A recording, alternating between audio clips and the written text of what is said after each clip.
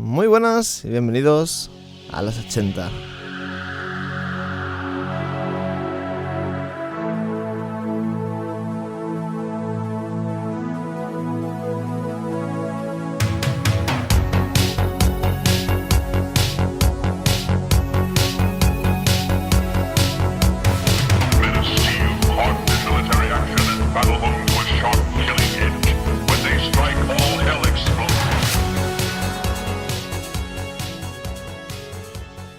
Seguramente más de uno debe de estar pensando ahora mismo que estoy medio loco, ya que en una caja como esta de hace más de 25 años es imposible poner una placa nueva y fuente de alimentación, etcétera, porque aunque algunos componentes sí encajen, la gran mayoría no se pueden adaptar debido a que no tiene, digamos, un estándar actual, y de esa forma lo que ocurre es que si intentamos poner los componentes actuales, pues seguramente o no nos encajen bien o directamente no nos entren. En el caso de la placa, pues sí encajaba bien, asombrosamente, teniendo en cuenta que tiene más de 20 años esta caja, pues la placa base sí que encajaba bien, pero como veis la fuente de alimentación era imposible ponerla, aparte de que si hubiéramos podido ponerla en esa posición, hubiera sido imposible meter un disipador a la CPU que estuviese en condiciones y hubiese sido un desastre. Como veis, una caja actual, bueno, esta caja no es que sea actual, ya que me la encontré tirada en la basura, pero bueno, nos sirve para el ejemplo. Una caja actual tiene los componentes o los espacios algo más grande para los componentes y nos permite montarlo de una forma que a nivel de refrigeración sea más óptimo que en las antiguas.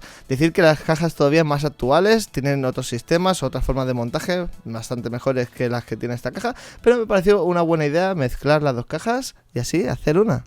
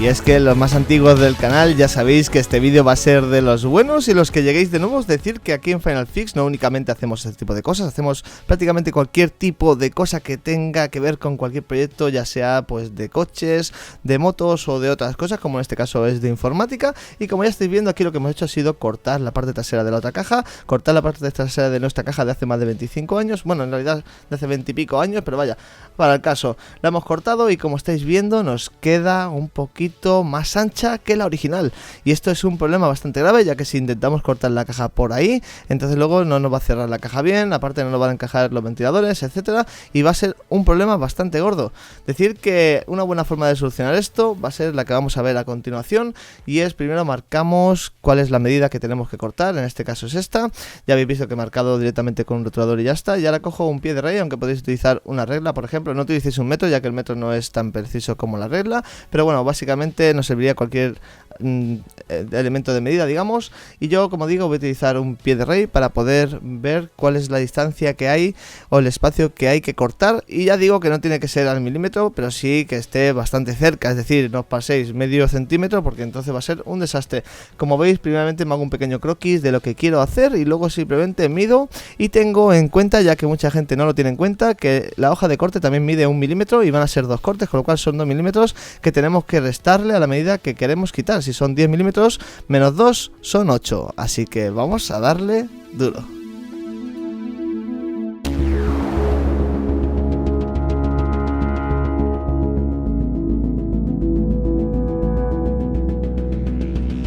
Details will be given about what to do, when to do it, and how.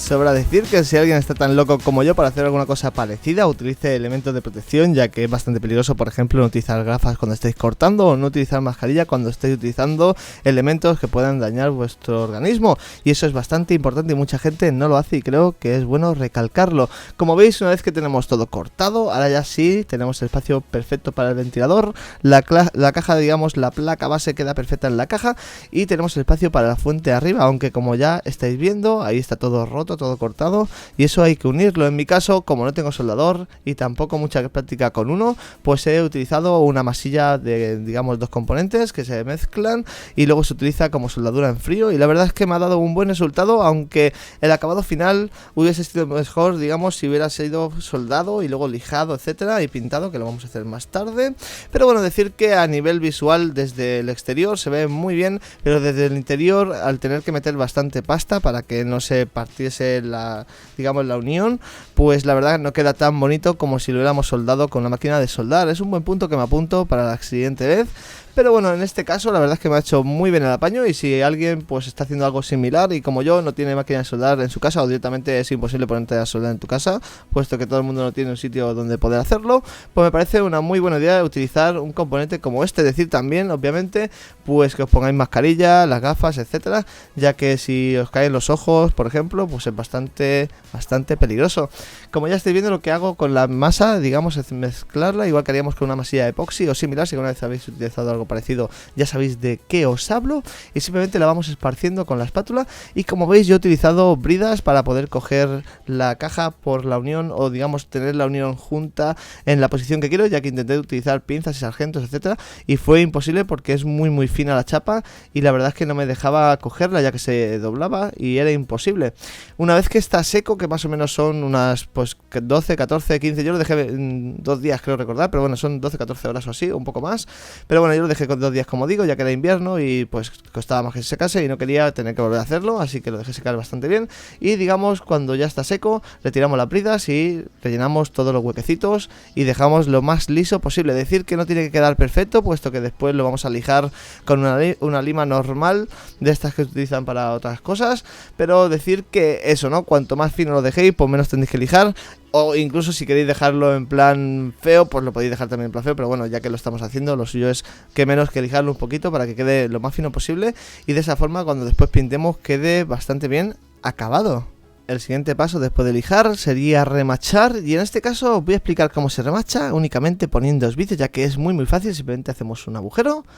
de la medida del remache, luego utilizamos la remachadora, digamos, la cerramos, la abrimos y ya está remachado.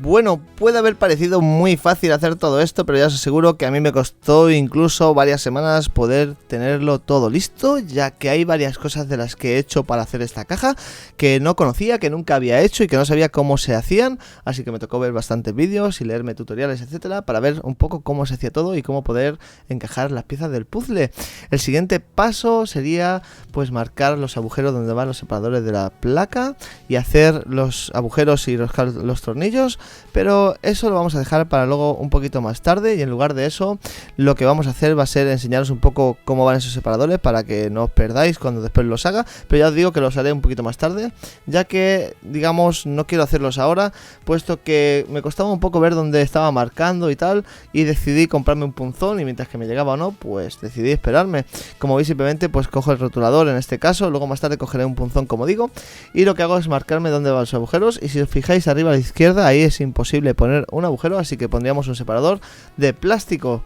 Bueno, como digo, ya que no vamos a hacerlo ahora, lo que vamos a hacer va a ser ir desmontando toda la caja, que como veis es bastante sencillo. Esto se hace en casi cualquier tipo de caja de ordenador, y vamos a empezar a lijar, puesto que queremos pintarlo todo. Una de las cosas que también voy a pintar, ya que vi que no estaba del todo bien, era la disquetera que tengo, que en este caso es de color beige, para hacer juego un poco con la caja, ya que la caja es muy antigua, y a día de hoy todas las disqueteras, o casi todas, son de color negro, y me costó bastante encontrar una disquetera SATA de color beige. Cuando la encontré, el problema que tenía era que no leía los discos, así que lo que hice fue abrirla, y por alguna razón tenía óxido en una de las partes, pero luego lo que es la placa y tal estaba bien, así que simplemente cogí un bastoncito de los oídos y un poquito de alcohol, de ese que yo siempre utilizo y que mucha gente me odia por utilizarlo, y limpié la lente y quedó perfecta. Decir que también, ya aprovechando, ya que estaba pues oxidada, lijé también esas partes y las vamos a pintar.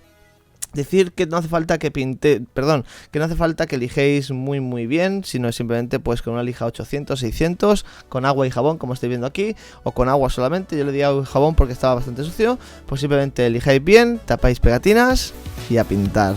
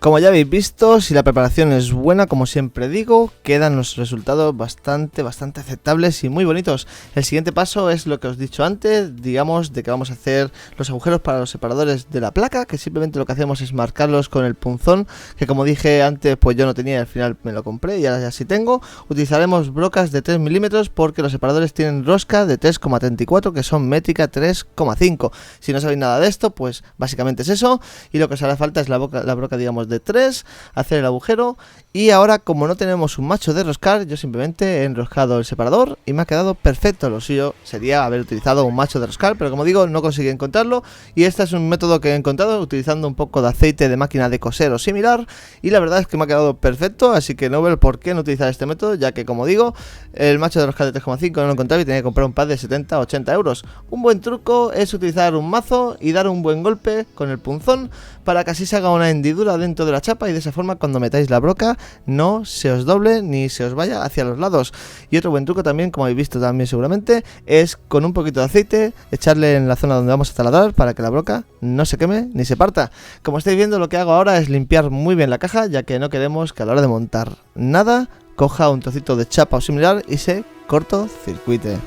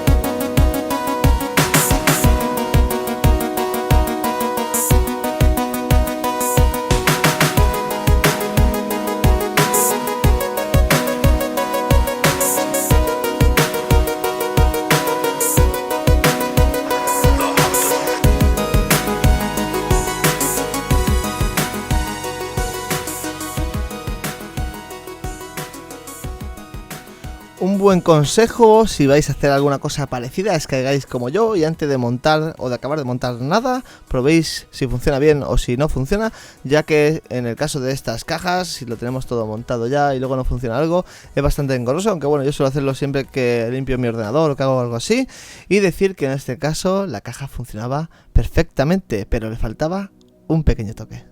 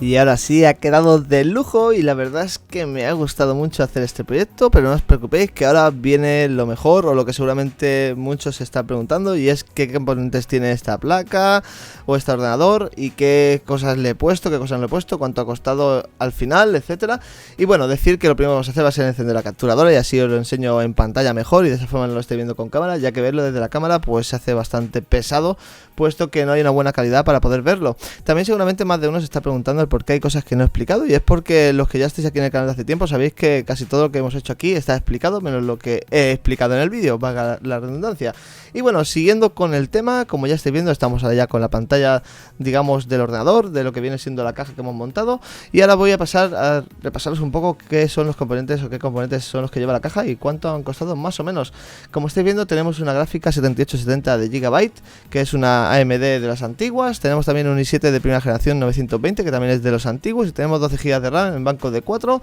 que también son, pues bueno, de hace ya varios años, digamos. ¿De acuerdo? Decir que todos estos productos han costado menos de 300 euros, todos han sido comprados de segunda mano, ya sea por eBay o por zonas así, por ejemplo, pues Wallapop, eBay, etcétera. Y bueno, decir que como ya estáis viendo, rinden bastante bien, pero es que además ahora voy a intentar enseñaros, pues aunque sea el Fortnite, por ejemplo, que es uno de los juegos más populares a día de hoy, y así podéis ver un poco y podéis apreciar si pues va bien, va mal, o si da la talla o no da la talla. Decir una vez más que por ese precio, a día de hoy, si te compras una gráfica de las nuevas, pues ya te cuesta más de 300 euros, así que yo creo que es una buena experiencia haber hecho este proyecto y además poder ver un poco si de verdad podemos jugar en un ordenador de hace más de 20 años por menos de 300 euros. Y como estáis viendo, ya tenemos instalado Fortnite, lo he pasado un poquito hacia adelante ya que ha tardado bastante en bajarse, son una pila de gigas, no sé si son 20 gigas o por ahí, y la verdad es que se hace muy pesado y no le iba a dejar pues todo el rato, digamos, bajándose. Ahora estamos ya cargando el juego y he decidido, digamos, no cortarlo, puesto que si lo hubiera cortado alguien me podría decir que tarda mucho en iniciar o que tarda poco, etcétera, y entonces he decidido dejarlo y decir que tarda aproximadamente de reloj entre 1 minuto y medio, 1 minuto 40 segundos, y yo creo que está muy bien para el precio que tiene, puesto que en mi Play, que es donde yo, por ejemplo, juego normalmente, ya que yo en el PC no suelo jugar, suelo editar. Antes sí jugaba bastante, pero a día de hoy, pues como digo, prácticamente no juego a nada, y cuando juego algo, juego en la Play y ya está, ¿no? Y decir que en la Play yo creo que el Fortnite me tarda un poco más en cargar que aquí. Decir también que las temperaturas, como estoy viendo, pese a que es una caja cerrada totalmente, pues estamos por debajo de los 70 grados, y teniendo en cuenta que tenemos una gráfica ATI de las antiguas, bueno, AMD ATI de las antiguas y un i7 de los primeros, yo creo que están muy bien las temperaturas, ya que por lo que he estado leyendo en internet, pues las temperaturas suelen estar rondando entre los 65 y los 70 y pico grados, y la verdad es que conseguimos mantenerlas bastante bajas gracias a que le hemos metido el MSI Afterburner y le hemos puesto, pues digamos, los ventiladores con un ciclo un poquito más alto, y le hemos puesto también no recuerdo el nombre, si es System Fan, no recuerdo el nombre, luego lo dejaré en la descripción, pero hemos puesto otro programita que sirve también para poder, digamos,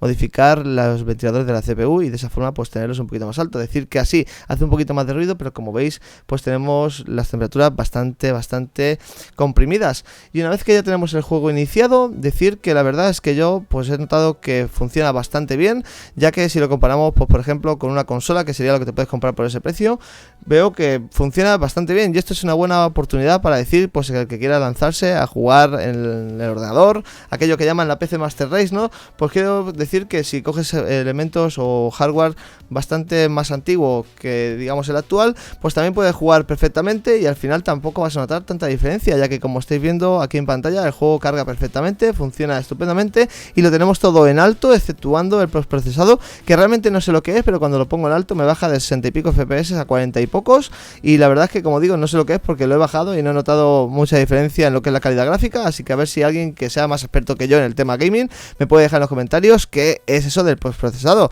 ya que como yo digo pues no soy tan experto en esos temas y la verdad es que no sé qué es, pero bueno, como estáis viendo aquí pues el juego se desenvuelve bastante bien. Decir que aquí sí voy a haceros algún corte, ya que no vamos a ver todas las pantallas de cargando y cosas así, porque si no es súper aburrido, y aparte ya estamos terminando el vídeo y no me interesaba pues digamos dejaros todas las pantallas de cargando, que ya bastante pesadas son, pero bueno, sí me interesaba dejaros aunque fuera una de cada para que vierais un poco pues cómo se desenvuelve el PC y cómo funciona, y decir que me parece bastante increíble que podemos estar jugando en una caja tan antigua a juegos actuales. Y bueno, decir aparte de todo eso que como veis, como decía antes, tenemos 60 y pico FPS de media, a veces tenemos bajadas a 40 y algo, 50, pero bueno, de media podríamos decir que estamos entre 55 y 60, vamos a dejarlo ahí, ¿no? 50 y pico o 60, yo creo que es más o menos lo que suele estar de media, quitando algunos puntos, y como veis se desenvuelve muy bien, y la verdad es que a mí me ha sorprendido mucho, como he dicho antes. Así que bueno, ya sabéis que esta semana pasada pasada me atrasé, no pude subir el vídeo, estaba bastante ocupado, no iba a subir tampoco este vídeo en realidad, pero bueno, al final como lo tenía ahí a medias el proyecto dije, pues igual es interesante, y la verdad es que me ha gustado mucho volver a mis inicios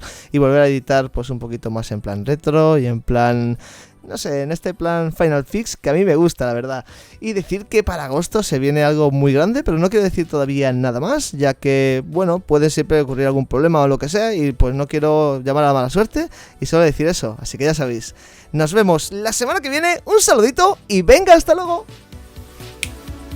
Lo clavado, chaval.